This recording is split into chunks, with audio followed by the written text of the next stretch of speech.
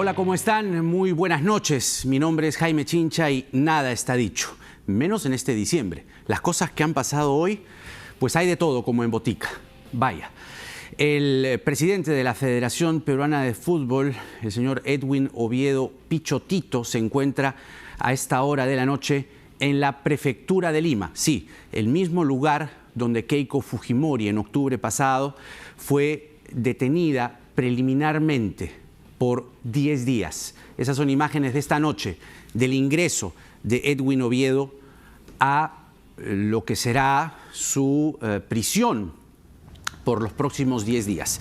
Sin embargo, de acuerdo a lo dicho por el fiscal Jorge Chávez Cotrina, fiscal coordinador contra el crimen organizado, lo más probable es que en este transcurso, en este lapso de tiempo de 10 días, la Fiscalía podría ya dictarle prisión preventiva por 24 meses.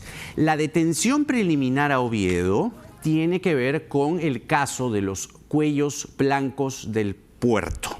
¿Y por qué?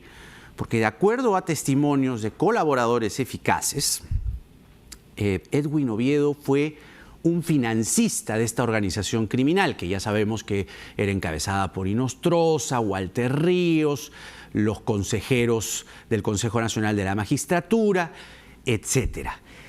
Pero el caso Cuellos Blancos está sumamente emparentado con el caso de los huachiturros de Tumán.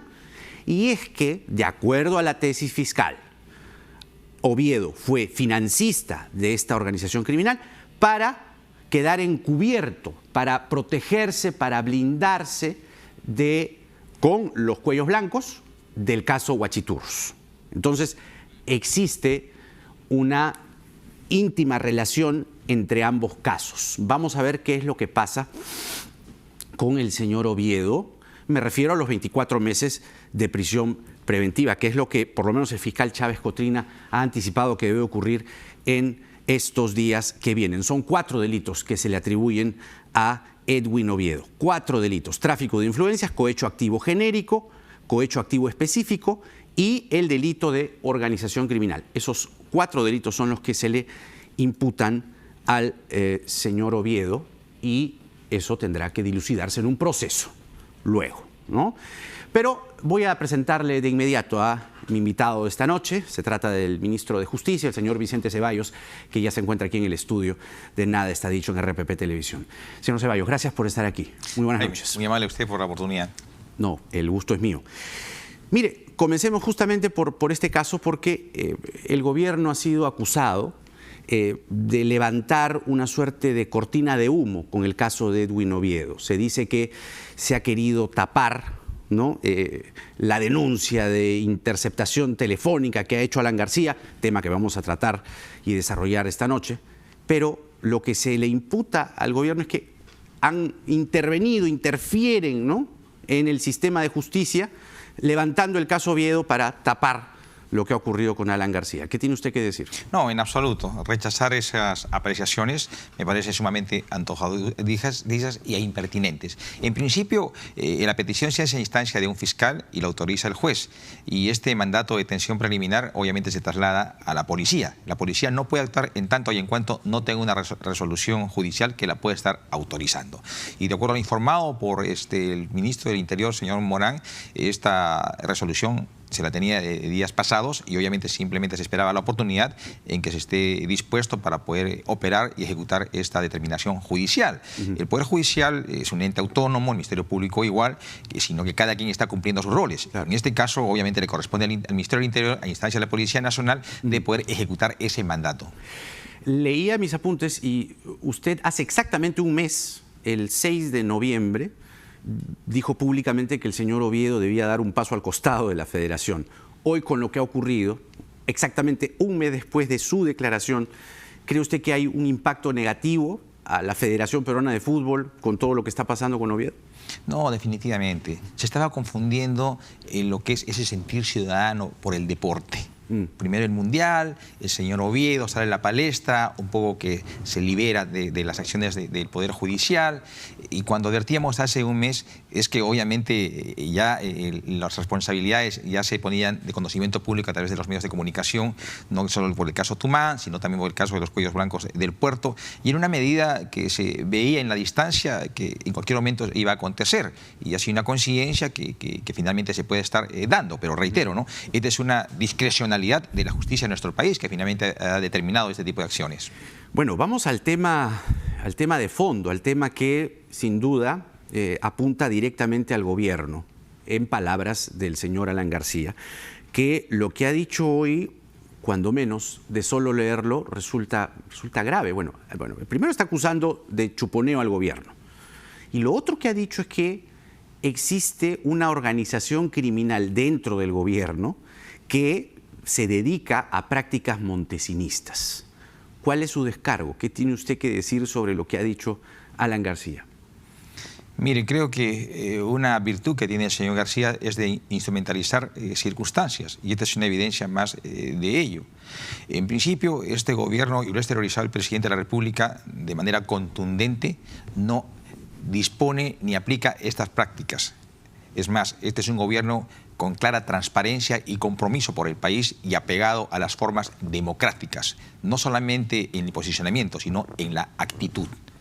Y por otro lado, nos cuesta de sobremanera entender al señor García, ¿no? El día de ayer sale a horas del mediodía a dar una conferencia y manifiesta de que respeta la consideración del presidente de gobierno y del presidente del Poder Judicial, quienes habían manifestado la independencia del Poder Judicial. Y es ahí donde manifiesta que está poniendo a consideración de la justicia su pasaporte, ¿no?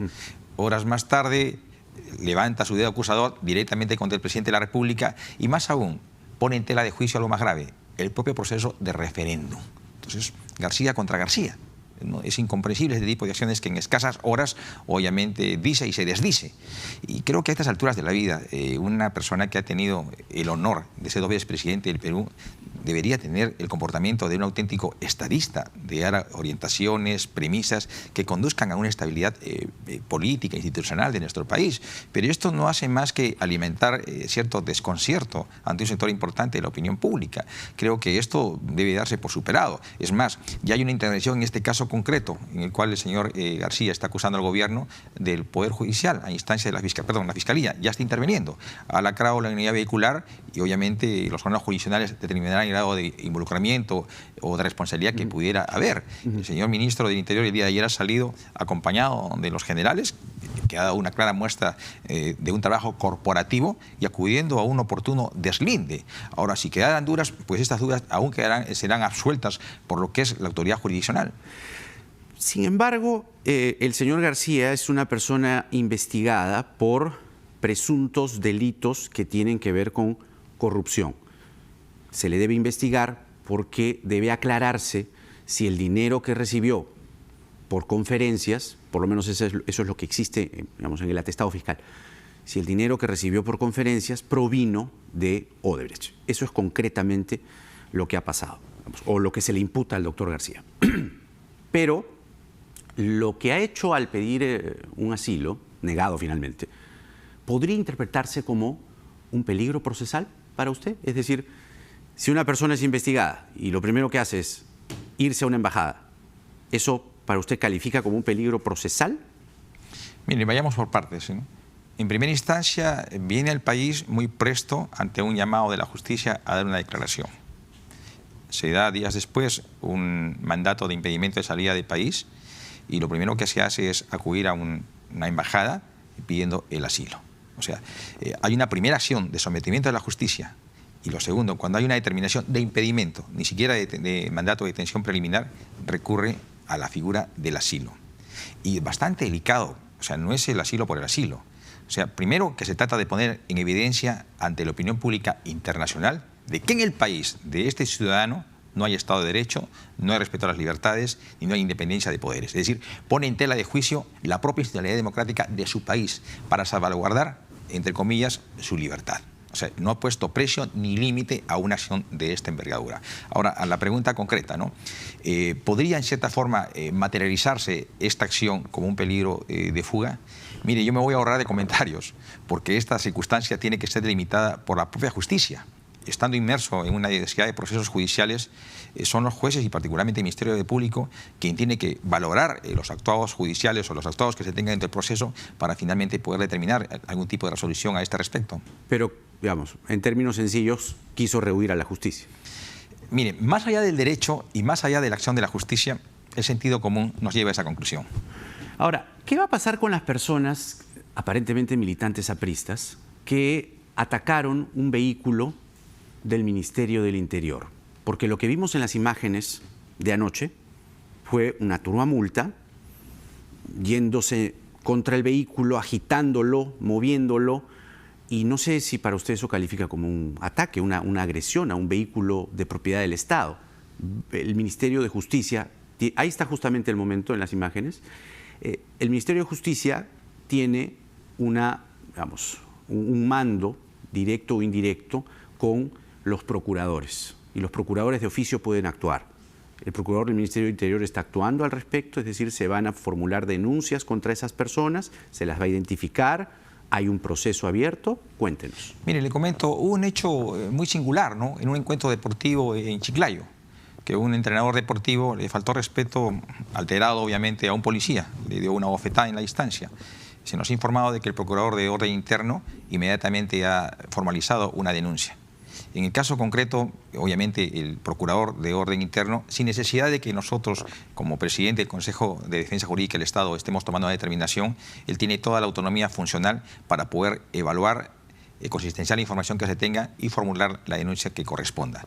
En este caso pareciera ser que es fuente ovejuna, todos o ninguna, ¿no? Porque ha sido un tumulto de gente quienes se han exteriorizado una disconformidad, pero obviamente no ha medido límite alguno y ha habido algún exceso. Obviamente se está en pleno proceso de evaluación, de identificación y se deslindará las responsabilidades que hay en su momento. Claro, pero esa evaluación podría derivar en, digamos, una denuncia concreta, es decir, tratándose de, no solamente el vehículo del Estado, porque es del Estado peruano, sino son policías que trabajan para el Estado peruano, que han sido, ahí está, atacados. Hay un ataque con el argumento de que en ese vehículo se está interceptando las comunicaciones telefónicas del señor García. Sí. Ante ese hecho, ¿cómo va a reaccionar el gobierno? No, es más que evidente. O sea, ha habido un exceso de parte de la reacción ciudadana, que obviamente se han identificado como militantes de una agrupación política.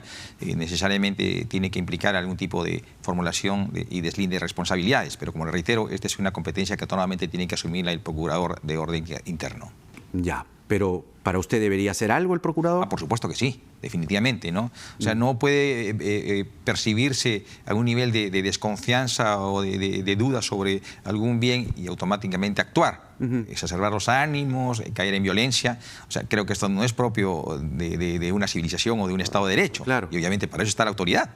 Pero por eso le pregunto, ¿la autoridad no descartaría en todo caso formular una denuncia? No se descarta esa posibilidad, se está en pleno proceso de consistenciamiento de la información.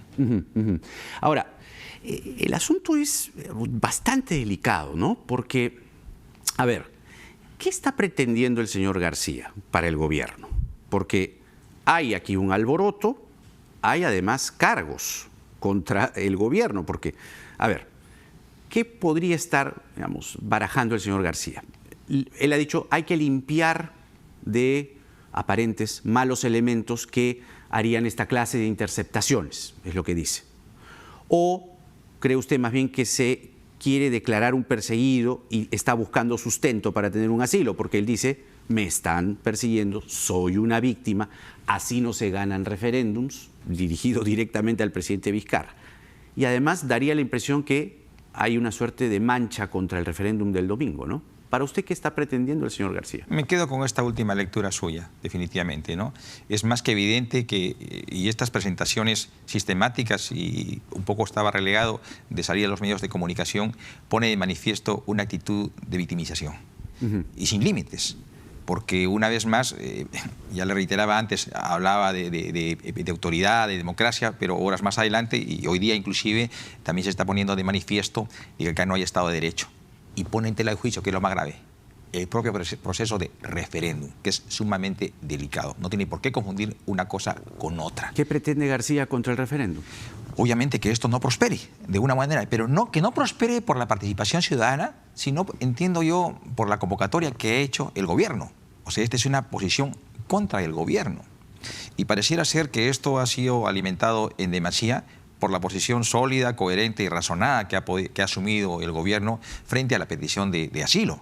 Obviamente el Estado y el gobierno en particular tenían la obligación de defender sus fueros, de defender su democracia, de defender la vigencia de libertades, y esto ha tenido eco no solamente en el caso particular de Uruguay, sino ha tenido resonancia internacional, y nos parece sumamente saludable, porque es un reposicionamiento del país frente a la comunidad internacional. Parecería entonces, por lo que entiendo que me dice, que es una suerte de represalia de García por haberle frustrado el asilo. Obviamente, o sea, son hechos que se dan en escasamente una semana, ¿correcto? Y acá no hay coincidencias, o sea, son reacciones a una acción. Ya. Y lo otro, es decir, que al levantar estas acusaciones de me están chuponeando, ¿no? Me están siguiendo, podría ser que el señor García está acumulando evidencia para tentar un nuevo asilo. Todo tipo de conjeturas son posibles, ¿correcto? ¿La suya cuál es? Ya. Alegar de que no hay Estado de Derecho, alegar de que en nuestro país hay persecución, alegar de que aquí hay interferencias telefónicas, obviamente todo concatena hacia una perspectiva, ¿no? Primero, de victimización, y segundo, de generar una carga probatoria que podría poner en evidencia argumentativa para más adelante y en la oportunidad que él considere, por eso hablamos de un proceso constructivo de argumentación, de que efectivamente es un perseguido político. Y lo que obviamente trata de ocultarse es que aquí hay acción de la justicia. Son universidad de procesos judiciales que fiscales y jueces autónomos están impulsando.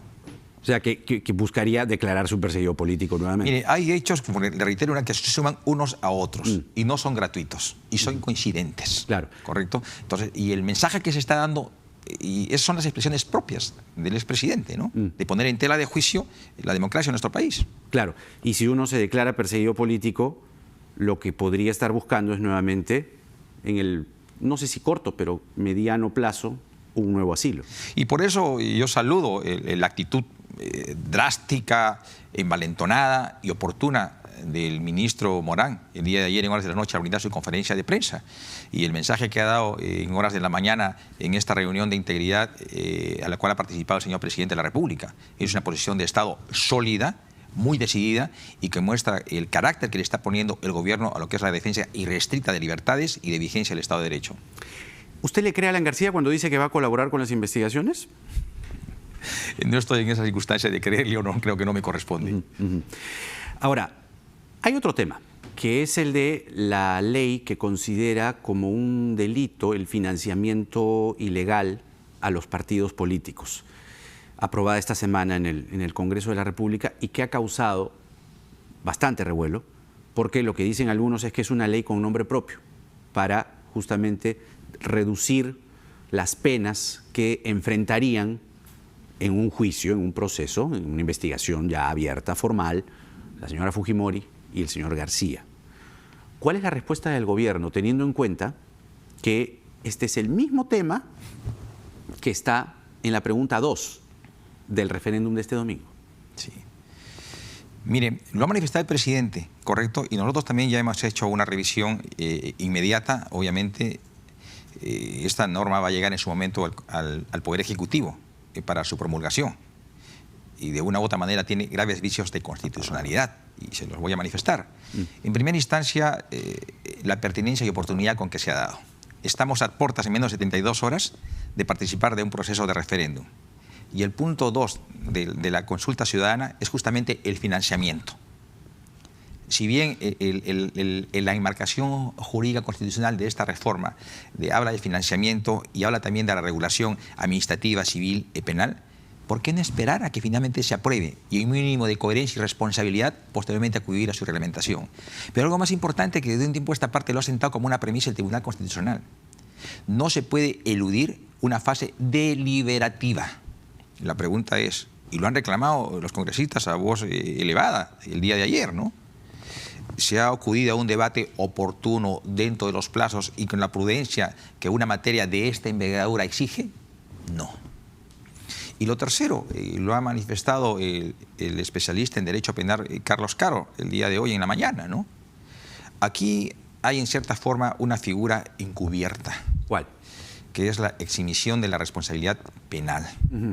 La figura de lavado de activos y ahora la figura del financiamiento ilegal. Si se aprobara la figura del financiamiento ilegal, hablaríamos de un nuevo tipo penal. Pero este tipo penal, de acuerdo a la rigurosidad de la dogmática penal, entra en vigencia a partir de la promulgación para adelante. ¿Correcto? La norma dice, y el principio penal dice, ¿no? Las normas son retroactivas en tanto y en cuanto beneficien al reo. Si esta ley entra en vigencia mañana, solo tendría efectos para adelante. Todos los hechos posteriores o anteriores quedarían relegados y sin responsabilidad penal, lo cual es sumamente peligroso. Y nos permite la lectura, que la ha dicho el especialista Caro y que la hacemos nuestra también, de que es una norma con nombre propio y que pretendería liberar de responsabilidad penal a algunas personas.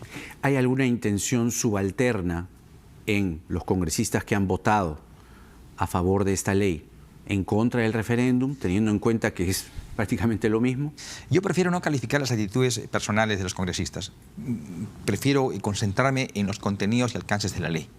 Y nos permite esa lectura.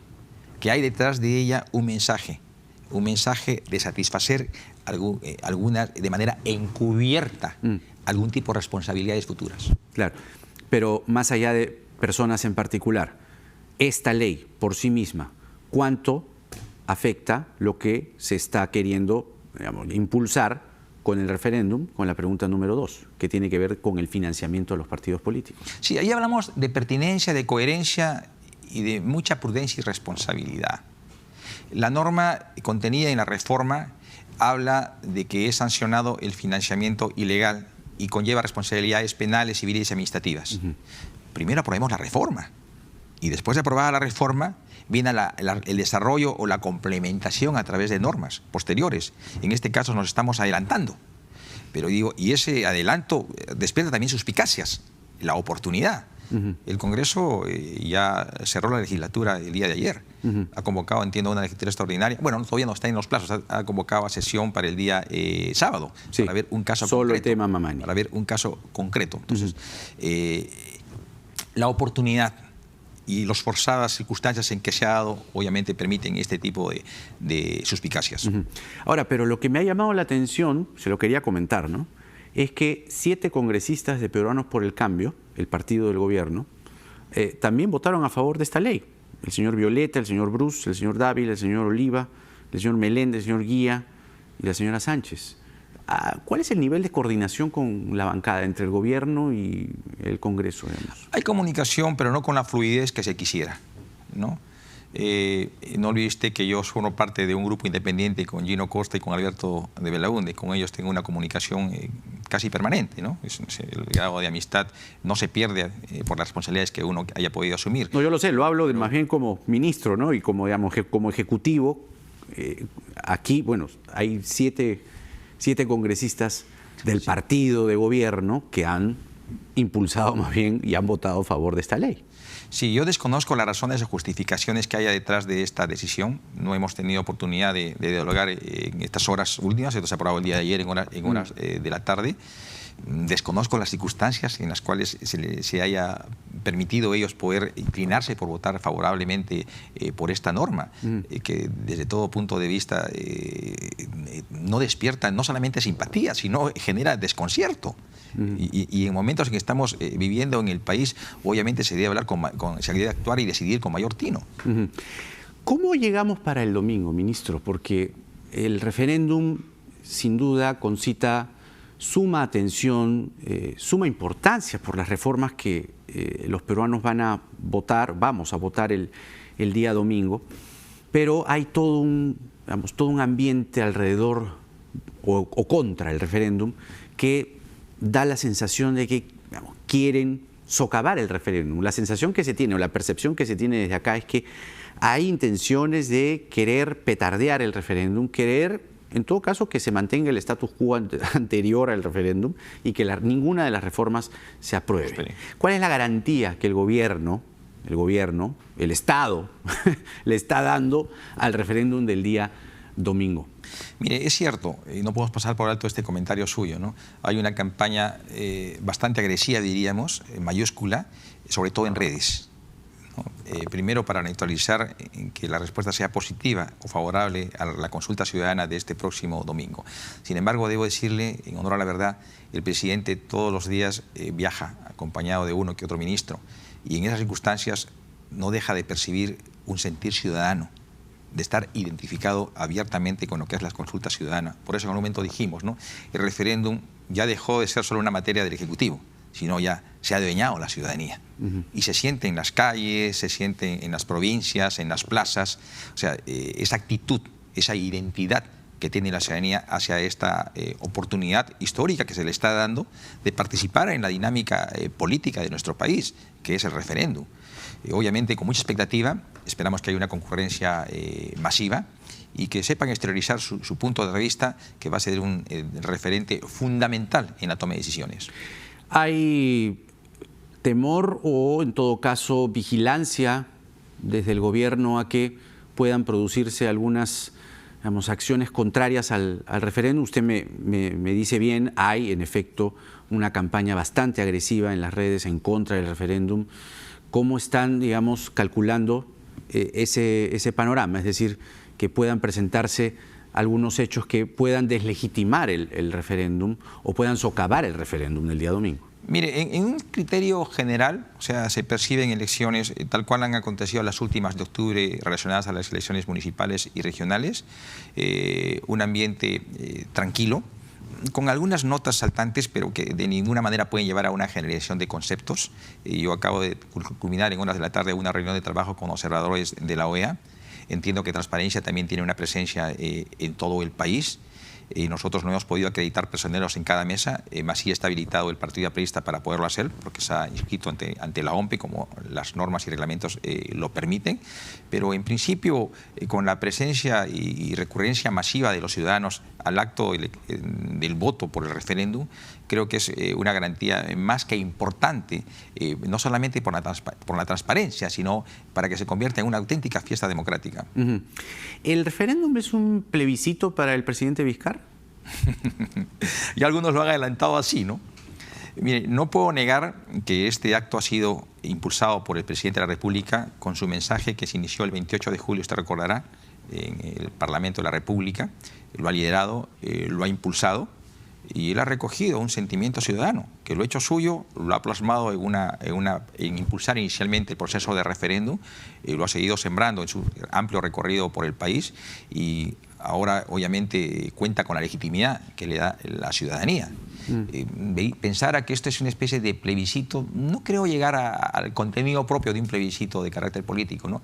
Yo más creo que sería el reposicionamiento del presidente en este cargo complejo que está asumiendo como líder de nuestro país. Tiene entonces un poco de plebiscito también.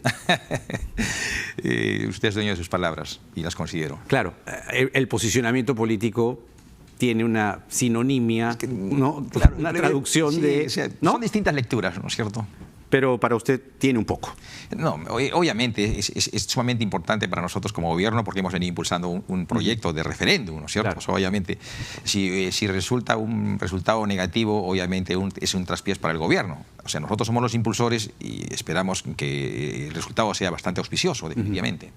Bien, ministro, le estoy muy agradecido por esta entrevista, por sus comentarios, en fin, y esperemos qué pasa el día domingo, pues, ¿no? Va a ser sumamente crucial para el gobierno, sin duda, y para las reformas que están contenidas en el cuestionario, en las 4 preguntas, para que el status quo, digamos, o la situación que devino de esta situación, digamos, de todos los audios, de la corrupción que se viene denunciando, en fin, haya una transformación, ¿no? Porque sería lamentable que no se continúe, ¿no? Que quede solamente, por eso le preguntaba lo del referéndum, lo del plebiscito, digamos, ¿no? Que tiene, digamos, como usted me admite entre sonrisas, un cierto trazo también de legitimidad ante la población. pero que la Junta Nacional de Justicia funcione de verdad, que el financiamiento ilegal sea, digamos, perfectamente entendido por la gente. Admite la del estribo, ya que me fui por esta reflexión. ¿Siente que la gente va al referéndum debidamente informada por los 4 proyectos? ¿Está realmente la gente informada? Es decir, el grueso de la gente, ¿usted tiene la percepción de que la gente está yendo informada a votar el domingo? La gente va entusiasmada. Ya, más una cosa más pasional. La gente va comprometida. Claro, más de, por más de sentimiento, con este ¿no? largo statu quo. Claro. En la cual no se sentía, no le permitía sentirse identificada. Claro. Pero también hemos hecho como gobierno grandes esfuerzos orientativos de participación. Estas no son circunstancias que se dan todos los días. A los ciudadanos y a los electores se los convoca cada 4 o 5 años para juntas electorales municipales, regionales o nacionales. Y después, espérate, en este caso tiene una oportunidad de participar con su voto soberano de decisiones políticas de reforma constitucional. Es que eso justamente le pregunto, si es que tiene la percepción de que la gente sabe realmente lo que dice cada uno de los 4 proyectos. Yo creo que sí. ¿Sí? Sí, se ha hecho un acucioso trabajo de información especialmente y la ciudadanía va a votar a conciencia, con compromiso y responsabilidad. Porque también otra de las cosas que decían es que este referéndum también, además de tener este trazo de plebiscito para una legitimidad del presidente ante la población, era contra el Congreso de la República, ¿no? Con la no reelección de los congresistas. No, o sea, no puede haber un referéndum contra alguien o contra una entidad en particular. Se hacen reformas pensando en una visión país y de futuro, y son de carácter permanente y son constructivas. Eso es lo que finalmente ha determinado para que el presidente de la República pueda estar impulsándolas. Bien. Vicente Ceballos, ministro de Justicia, hablándonos de varias cosas, de Oviedo, de Alan García, fundamentalmente, que ha tenido, digamos, una acusación directa y frontal en contra del gobierno y, bueno, el referéndum del día domingo. Nuevamente, muchas gracias. A usted, Jaime. Hablando de Alan García y las acusaciones que viene impulsando, vamos a ir a la pausa y vamos a regresar con el señor Andrés Gómez de la Torre. Él ha sido director de la Escuela Nacional de Inteligencia, ¿ya? Entonces, conoce muy bien el tema de la inteligencia. Entonces, lo hemos invitado para explicar en clarito qué hacía ese vehículo ahí, pero más que qué hacía, si lo que tenía adentro realmente servía para interceptar llamadas y qué ha pasado finalmente en el sector interior, ¿no? Para que si se llevan la laptop, si no se llevan la laptop, si hay fundadas acusaciones o fundada evidencia, quiero decir, para las acusaciones que ha hecho García y el APRA. Vamos a regresar con Gómez de la Torre para desmenuzar esto que García llama chuponeo. Venimos.